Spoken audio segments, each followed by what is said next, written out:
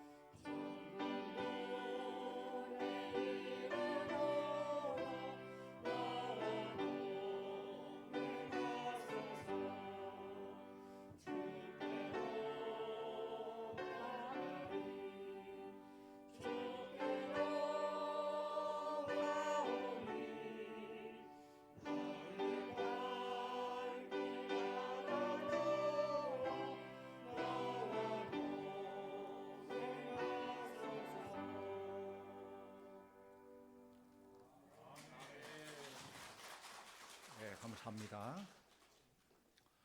2022년 새해가 밝았습니다.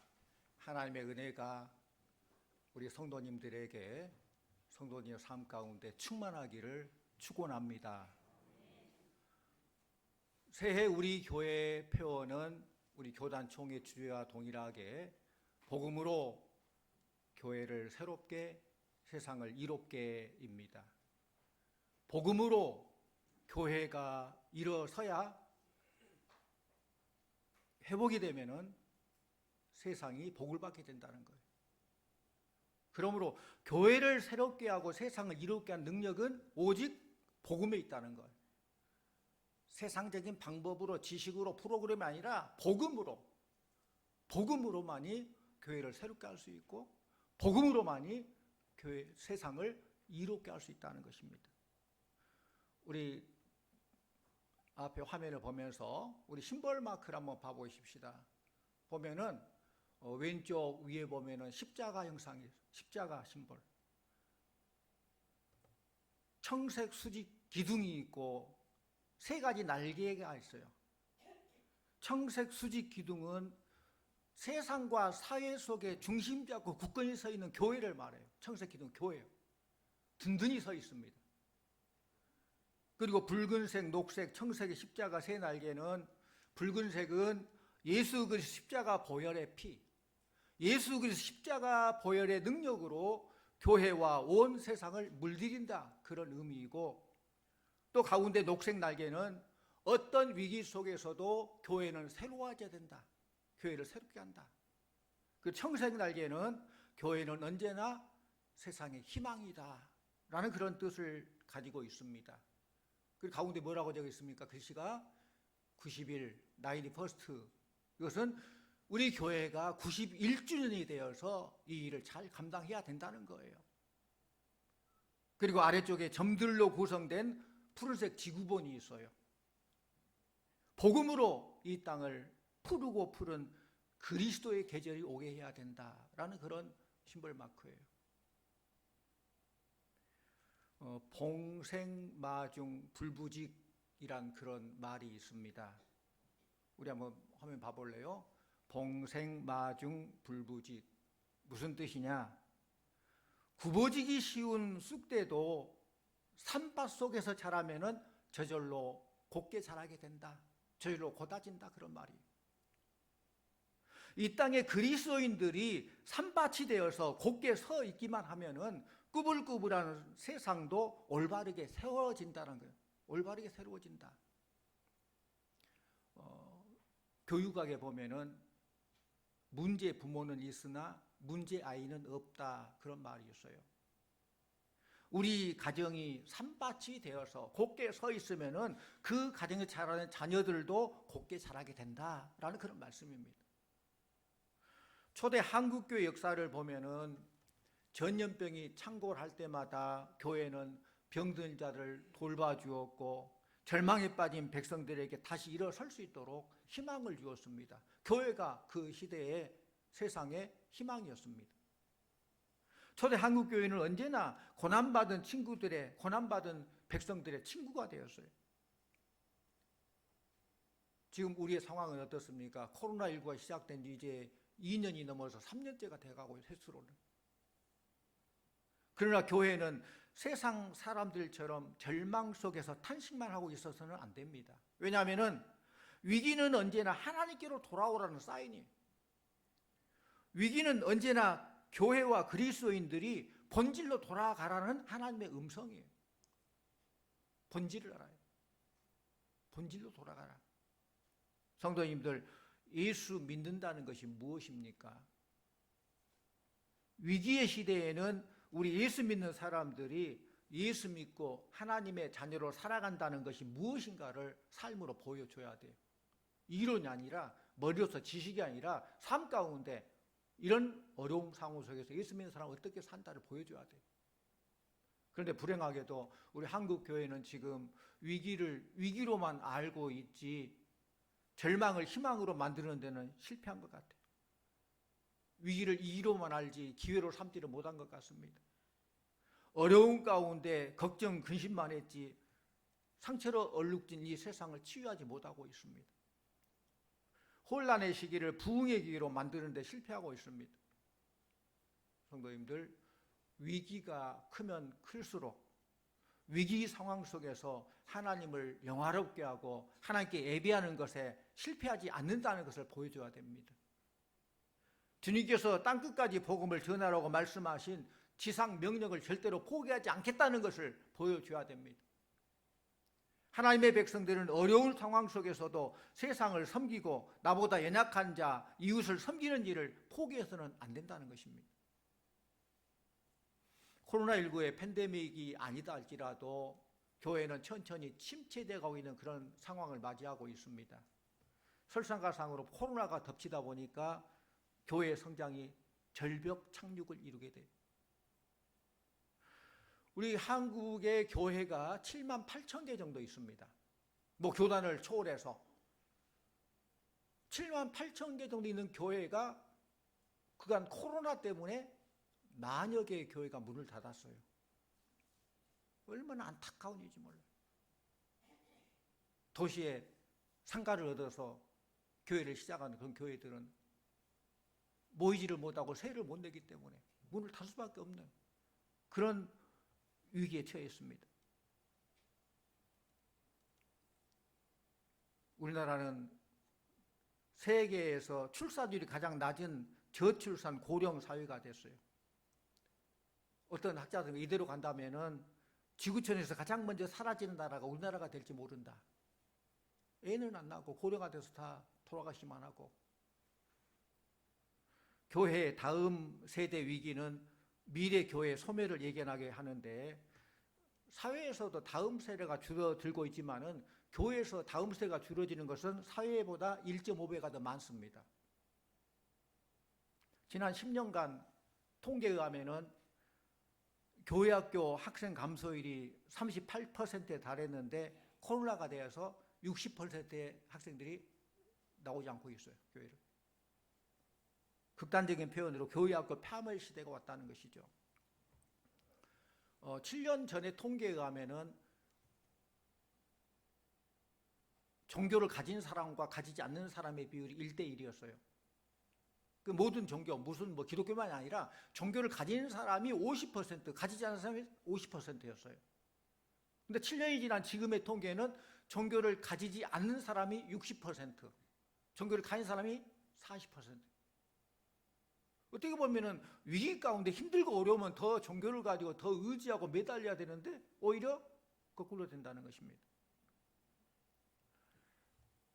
시대가 제4차 산업혁명 시대, 뭐 AI, 메타버스, 뭐 이런 것들을 교회가 상대하고 따라가기는 너무 벅차다는 거죠. 급변하는 과학, 물질, 문명 시대를 따라가기가 너무 버겁기만 합니다. 또 우리 시대의 위기 중 하나는 하나님이 창조하신 생태계 파괴예요. 우리나라는 지난 30년간 평균 기온이 1도씨가 높아졌다고 그래요.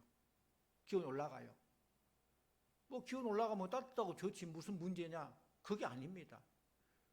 기온이 지구 온도가 1도가 올라가면은 사망률이 16%가 높아진대요. 자살률이 1.4%가 증가된대요.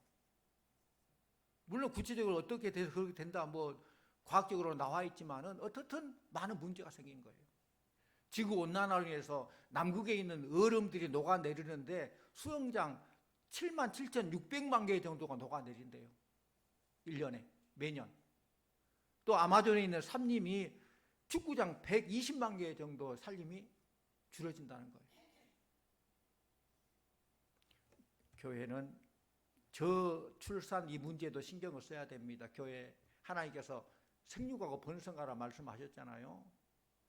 물론 우리가 자연적으로 생육하고 번성해야 되겠지만은 영적으로도 생육과 번성을 해야 돼요. 또 하나님 만든 자연을 보호하기 위해서도 앞장서야 돼요. 하나님이 세상을 이처럼 사랑하사 하나님이 세상을 사랑한다고 하셨는데 이 세상을 지키는 일들, 잘 관리하고 보존하는 일들을 교회가 앞장서서 해야 된다는 말씀입니다. 이처럼 문제는 참 많아졌는데 우리의 능력은 한계가 있다는 것이 오늘날의 위기입니다.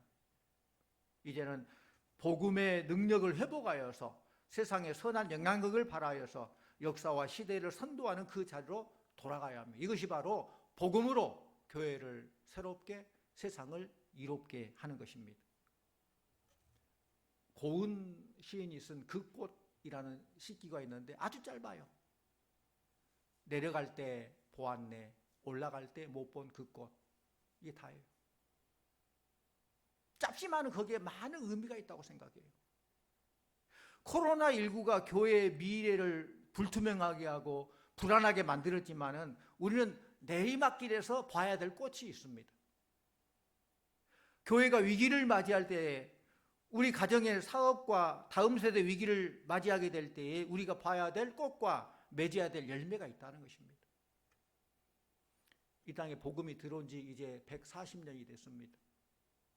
한국교회는 위기가 있을 때마다 참 사회에 큰 유익을 끼쳤어요. 세상을 이롭게 했어요. 위기 때마다 위기를 기회로, 절망을 희망으로, 아픔을 치유의 기회로 만들었었습니다. 산업화 물결 속에서 파괴돼가는 생태계와 자연환경 문제, 코로나로 인해서 취약해진 양극화, 불평등의 문제, 또 신앙과 교육이 중심이 되어왔던 가정의 파탄, 이런 것들을 우리가 이제는 좀 방관자적으로 또는 수동적으로만 볼 것이 아니라 적극적인 변화의 기회로 삼고 하나님의 나라가 이 땅에 임하도록 해야 한다는 것이죠. 온 땅 우리를 손짓합니다. 와서 우리를 도와주라. 제발 우리를 복되게 해주라. 교회를 향해서, 믿는 이를 향해서 손짓을 합니다. 그러나 그 기대가 무너질 때 그들은 교회를 향해서 쓴소리를 하죠. 기대하는 바가 이루어지지 못하면 그들은 모든 타깃을 교회로 돌립니다. 사도신경에 거룩한 공교회를 믿습니다. 그런 고백이 있잖아요. 거룩한 공교회를 믿습니다. 공교회. 복음은 내 이기적인 이기심과 욕망을 채우기 위한 사적인 것이 아니라는 거예요. 내 개인적인 것이 아니라는 거예요. 우리는 모든 문제 해결자 대신 하나님의 자비와 긍휼을 구하면서 기도해야 됩니다. 주여, 한국 교회로부터 촛대를 옮기지 마옵소서. 나무 뿌리에 놓여있는 도끼를 거두어 주시고 조금만 참아주소서. 이제 우리가 달라지겠습니다. 이제 우리가 이 시대에, 이 나라의 산밭이 되겠습니다. 기도하시기를 바랍니다. 사랑하는 성도님들, 이 위기의 시대에 과연 우리는 어떻게 사는 것이 좋겠습니까? 비결이 없습니다. 뭐 신비한 어떤 반적 능력이 없습니다. 오직 하나님이 답입니다. 하나님께로 돌아가서 하나님 기뻐하는 일을 해야 된다는 거예요. 하나님이 기뻐하는 일을 하고 기뻐하지 않는 일은 하지 않는 것. 하나님이 달라지라 말씀하면은 달라지기 위해서 몸부림 안 하고 애쓰는 것. 이것이 우리 성도들이 해야 될 일이에요. 어느 건물 벽에 God is the key 그렇게 적었어요. 영어로. 하나님이 열쇠입니다. 그런 글귀예요. 믿음을 가진 어떤 사람이 공장 벽에다 썼나 보는데 그렇습니다. 세상은 우리 앞을 코로나19라는 자물쇠로 잠그고 모든 희망을 다 빼앗아가 버리지만은 하나님은 모든 문제를 열 수 있는 열쇠인 줄로 믿습니다. God is the key. 키가 아니에요. 많은 열쇠 중에 하나 열쇠가 아니라 오직 유일한 키라는 거예요. God is the key. Jesus is the key. 예수님이 열쇠입니다. 유한겔리온, 복음이 열쇠입니다. 주님이 열쇠가 되심을 믿고 우리의 모든 문제를 하나님 앞으로 가지고 나가십시다. 이제는 기독교 140년 복음을 우리의 삶으로 나타나야 돼요. 뭐 그랬다더라 그렇게 알고 있는 거 중요한 게 아니라 우리의 삶 가운데 복음이 나타나고 본질로 돌아가서 정말로 그리스도인다운 삶 살아야 돼요. 하나님이 어떤 분인지, 교회가 무엇을 하는지, 예수 믿는다는 것이 무엇인지, 하나님 자녀가 된다는 것이 무엇인지 삶으로 보여줘야 한다는 거예요. 이 땅에 교회가 서 있다는 것 존재 자체가 참 기쁜 소식이죠. 예수 믿고 구원받고 하나님 자녀가 된 내가 세상에 서 있는 그 자체가 기쁜 소식입니다. 세상 기쁜 소식을 전해야 될 교회가 세상이 위기이고 힘들다고 해서 교회가 너무 위축되어서는 안 됩니다. 우리 성도들이 넘어져 있어서는 안 됩니다. 복음을 영어로 굿 뉴스 그래요. 기쁜 소식. 왜 굿 뉴스입니까? 예수님이 우리를 구원하기 위해서 이 땅에 오셔서 이루어놓으신 구원의 소식이기 때문에 굿 뉴스예요. 그래서 복음이에요. 예수님은 내 모든 문제를, 내 모든 죄를 짊어지시고 돌아가셨습니다. 예수님은 무덤문을 열고 부활하셨습니다. 성도님들, 온 세상 위기라고 말해도 이 세상을 만드신 분은 하나님인 줄로 믿습니다. 이 세상을 다스리신 분도 하나님이십니다. 이 세상을 끝장낼 권세가 있는 분도 하나님이십니다. 역사의 주인은 하나님이십니다. 이것을 믿는 것이 믿음이에요. 믿습니까? 그걸 믿는 거예요. 믿음이에요. 성경을 보면 창세기부터서 하나님, 그 하나님이 나오죠. 천지를 창조하신 하나님, 노아 방주의 하나님, 출애굽한 하나님, 그 하나님이 나옵니다. 그 하나님. 신약에서 그 하나님, 우리를 사랑하셔서 예수 그리스도를 보내주시고 구원시키신 그 하나님, 그 하나님이 나의 하나님으로 믿는 것, 이것이 믿음인 줄로 믿습니다. 그 하나님 따로 계시고 나의 하나님 따로 계십니까? 그 하나님 돌아가시고 뭐 새로운 하나님이 태어나셨습니까? 하나님 말씀 속에 있는 그 하나님을, 나의 하나님을 믿어야 돼요. 그게 바로 믿음이에요. 신구약 성경 66권을 한마디로 말하라면은, 번역하면은 사도행전 16장 31절 말씀이, 우리 함께 읽어보시죠. 사도행전 16장 31절. 이르되 주 예수를 믿으라. 그리하면 너와 내 집이 구원을 받으리라 하고. 네. 복음이 바로 예수님 복음이에요. 예수님 복음. 예수 믿는 모든 자가 구원받고, 그가 구원받으면 그 집이 구원을 받고 그 시대가, 그 나라가 복을 받게 된다는 거예요. 주 예수를 믿으라. 그러면 너와 내 집이 구원을 받으리라. 얼마나 확실합니까? 얼마나 분명합니까? 기독교는 시작도 예수님이고 끝도 예수님입니다. 교회를 새롭게 하는 것도 예수님께 돌아오는 거예요. 그게 교회를 새롭게 하는 거예요. 본질로 돌아오는 거예요. 세상을 이롭게 하는 것은 예수의 복음을 전하는 거예요. 그게 세상을 이롭게 하는 거예요. 예수님이 이 세상을 다스리도록 하나님께 올려드리는 거예요.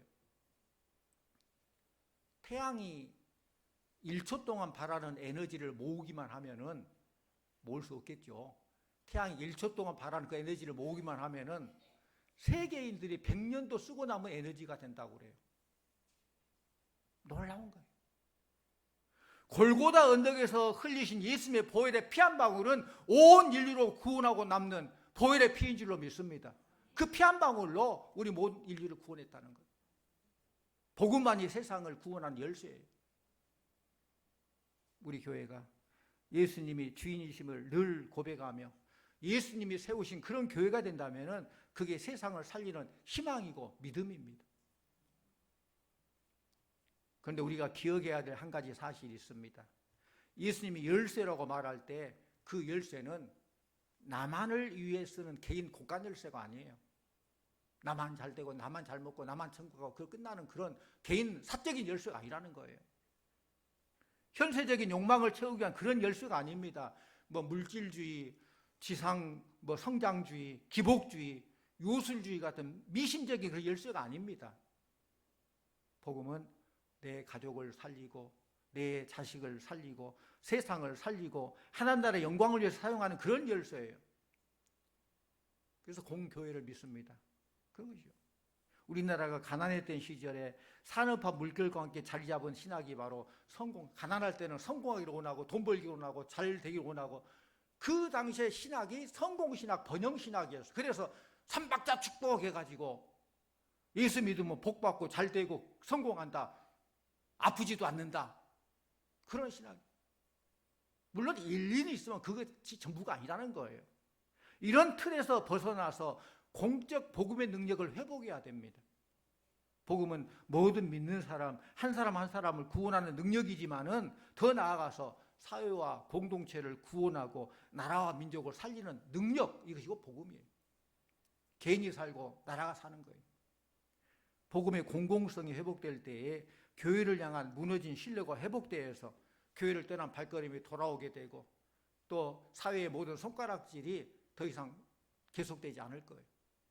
교회가 새로워지고 세상을 이롭게 하는 그것은 오직 복음의 능력으로 가능하다는 거예요. 지금 코로나19 팬데믹 시대를 겪으면서 가정의 중요성이 굉장히 부각되고 있습니다. 바라기는 우리 수양교 모든 성도님들 각 가정마다 새해에는 가정 예배가 회복되기를 원합니다. 그걸 하나 목표로 두십시다. 일주일에 한 번 어느 시간이건 가정 예배 한번 드리십시다. 근데 다음 주일부터 가정 예배의 글을 좀 나눠드리겠습니다. 그래서 일주일에 한 번 꼭 드리자. 길지 않습니다. 10분 이상만 있어. 10분, 15분이면 가능할 것 같아요. 거리 두기 때문에 밖에는 마음대로 못 다닙니다. 또 교회도 이렇게 많은 제한이 있습니다. 그런데 가정에서 늘 함께 하잖아요. 그런 의미에서 우리들의 가정이 믿음 위에 굳게 서야 됩니다. 우리 가정이 산밭이 되어서 가족들이, 자녀들이 믿음 안에 굳게 서야 합니다. 교회는 우리가 살고 있는 이 세상, 이 시대의 산밭이 돼야 됩니다. 누가 뭐래도 우리 교회는 우리 시대의 산밭이 돼야 돼요. 우리 교회가, 우리 교회 성도들 한 분 한 분이 똑바로 서 있으면은 쑥 들어가고 같은 연약한 성도들이, 그리고 이 사회가 굳건히 서게 될 줄로 믿습니다. 산밭에 있는 쑥은 구부리지 않고 곱게 자라게 된다고 했잖아요.